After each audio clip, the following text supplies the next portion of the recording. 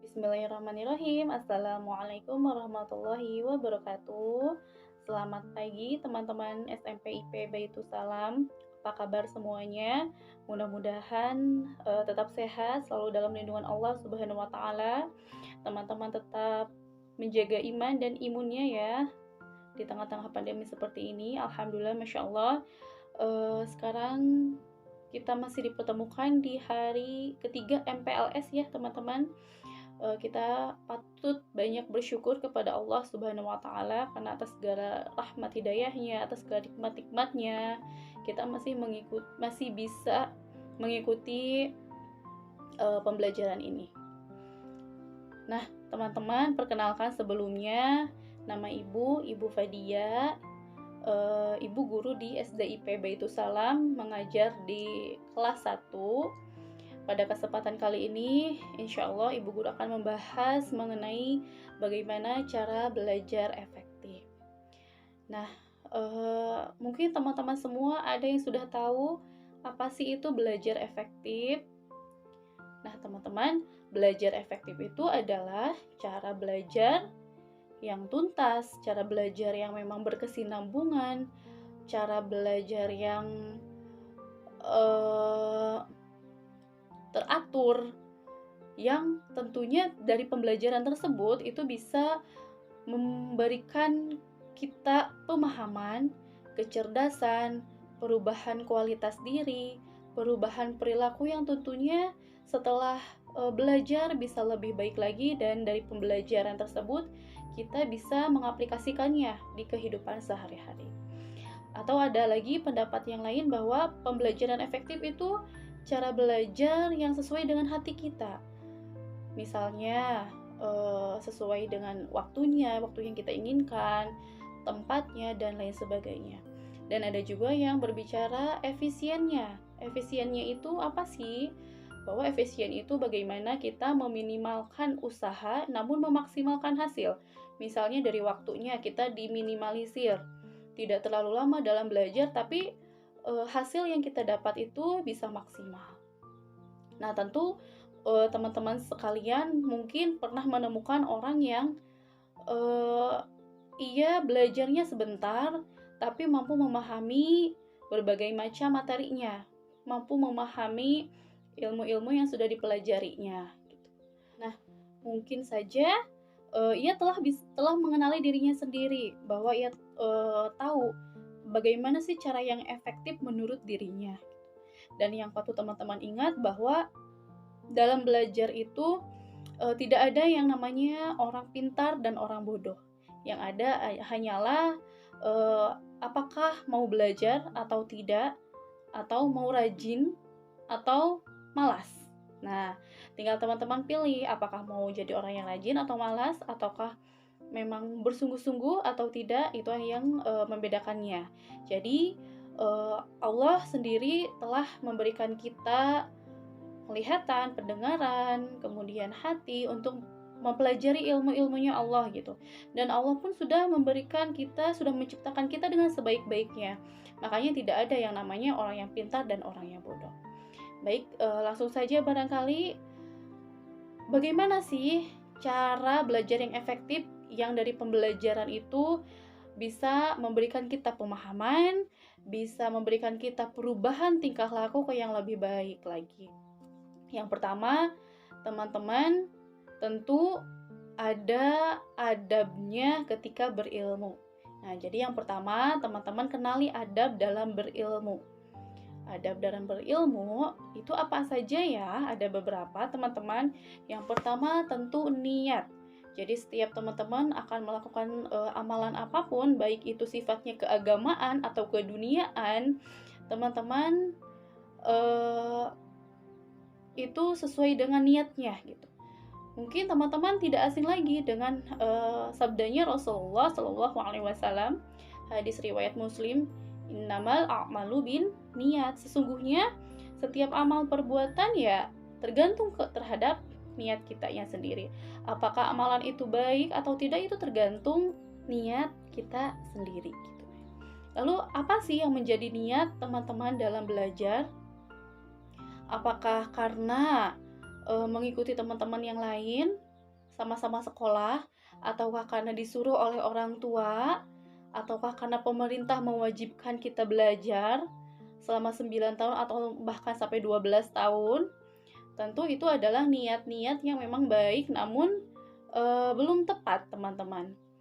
Bagaimana niatnya? Niatnya kita niatkan belajar itu lillahi ta'ala.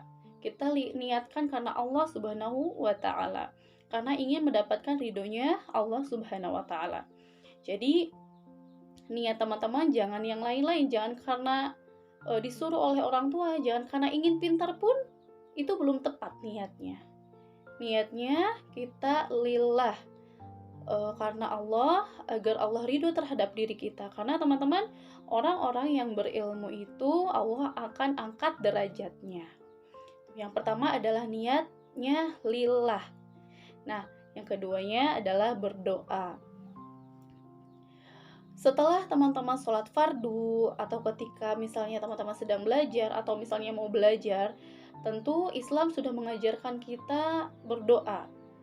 Bahkan ketika mau tidur, bangun tidur, mau makan, setelah makan, mau masuk kamar mandi, setelah keluar kamar mandi, kemudian mau memakai pakaian, bercermin, itu ada doa-doanya. Nah, dalam berilmu pun, sebelum belajar, itu teman-teman berdoa.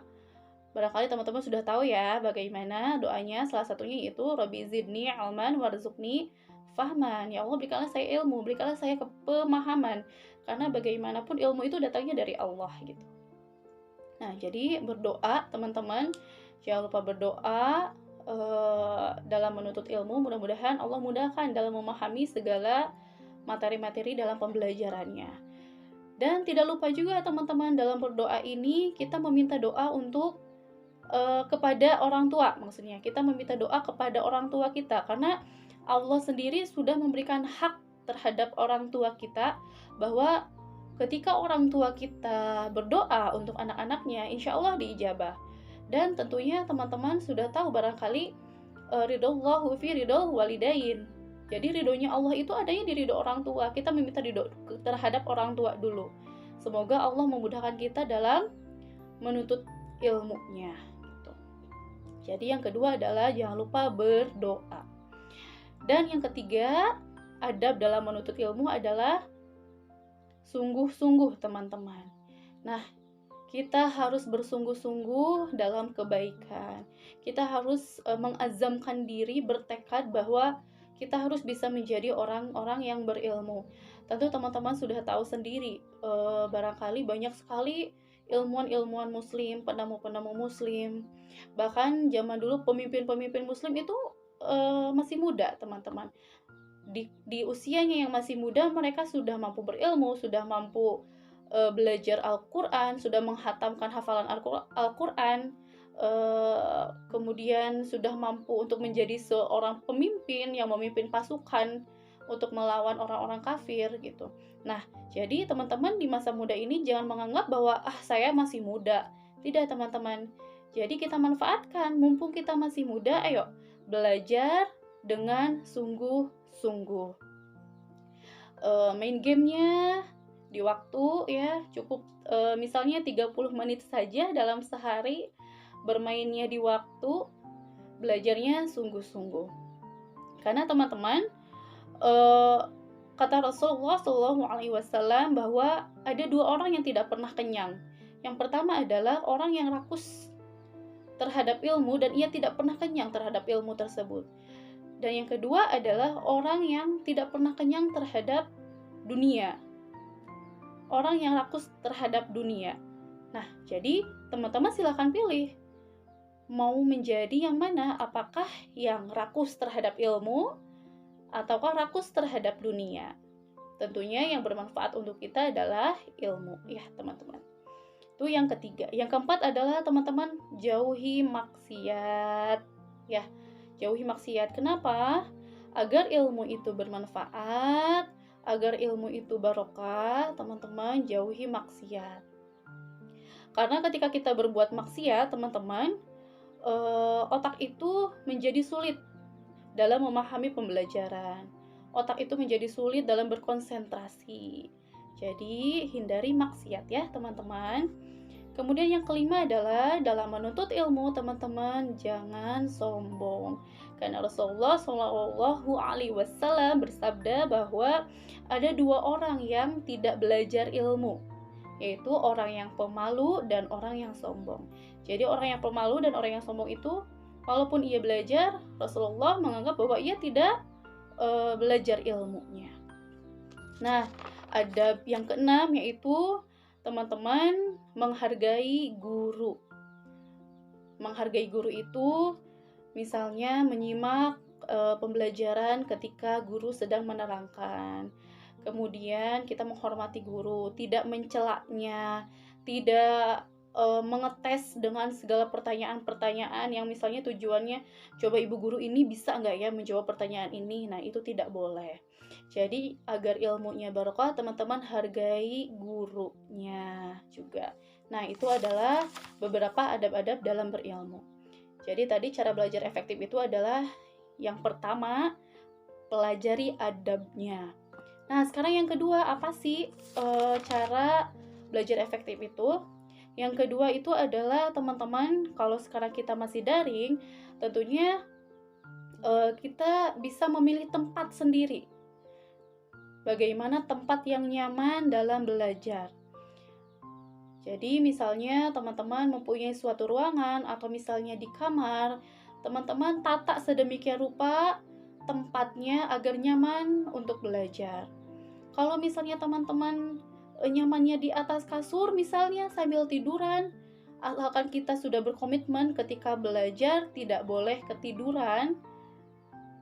Nah, boleh, karena ibu pun dulu pernah ketika mengerjakan tugas di atas kasur misalnya sambil nyantai begitu ya. Tapi kita harus berkomitmen memang bahwa kita belajar tugas selesai gitu. Sampai tugas selesai, jangan sampai ketiduran. Namun lebih amannya ketika belajar itu di tempat duduk, di kursi, kemudian ada mejanya, duduknya dengan tegak, kemudian dengan pencahayaan yang cukup agar mata kita tidak sakit juga, duduk dengan tegak agar punggung kita tidak sakit juga gitu ya. Jadi teman-teman, tempat dan suasananya yang nyaman menurut kita, itu yang kedua. Yang ketiga adalah waktu belajar yang baik dan tepat. Nah, waktu belajar yang baik dan tepat itu adalah waktu di mana tubuh kita itu merasa segar, merasa bugar, merasa sehat, merasa fresh gitu ya. Biasanya ini terjadi ketika masih pagi. Ketika masih pagi, teman-teman bisa dipakai waktu untuk belajar. Misalnya juga bisa setelah subuh, setelah sholat subuh misalnya, dipakai untuk murojaah, untuk hafalan itu bisa. Atau misalnya pembelajaran umumnya bisa di jam-jam 7 misalnya, sama seperti jam-jam sekolah, di jam 7 sampai misalnya jam 9 sampai jam 10 waktunya gitu ya. Dan teman-teman juga bisa dijadwal waktunya, kapan kita belajar, kapan kita istirahatnya, kemudian kapan kita bermain.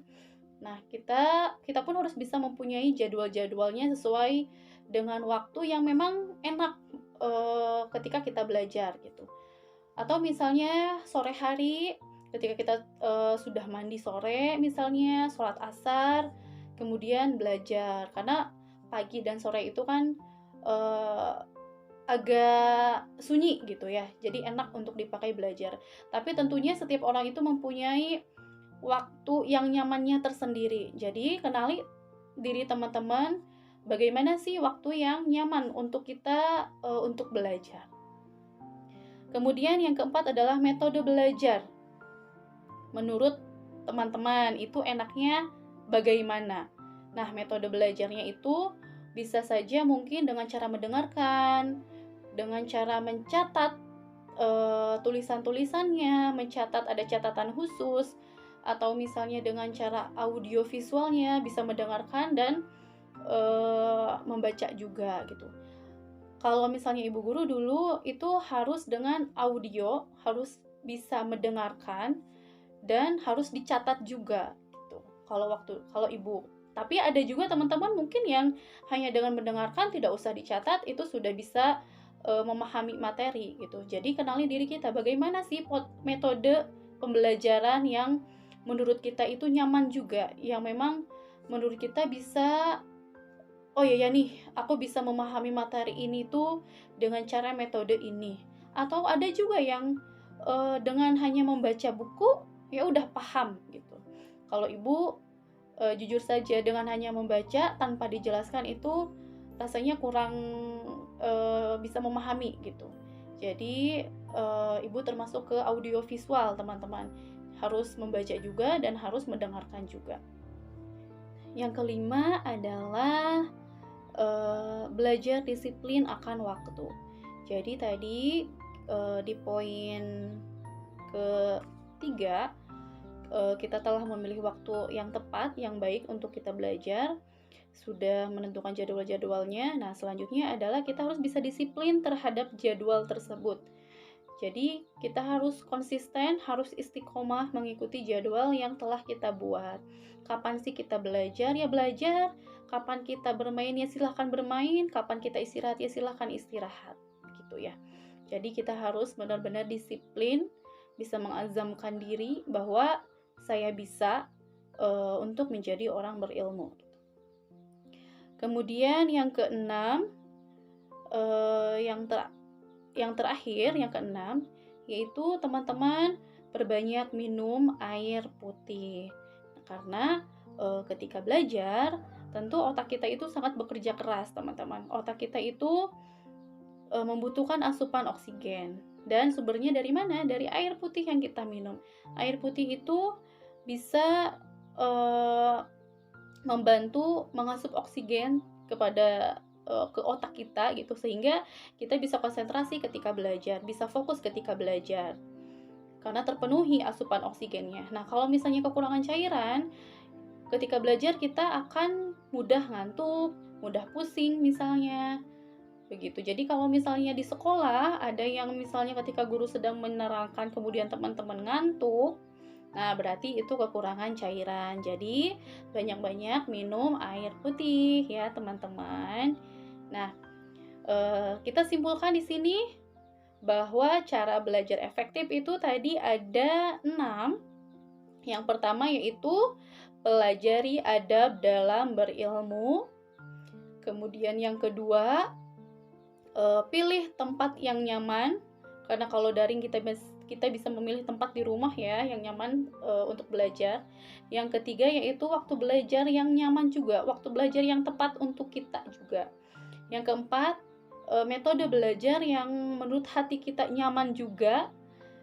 Yang kelima yaitu teman-teman disiplin. Dan yang keenam adalah perbanyak minum air putih.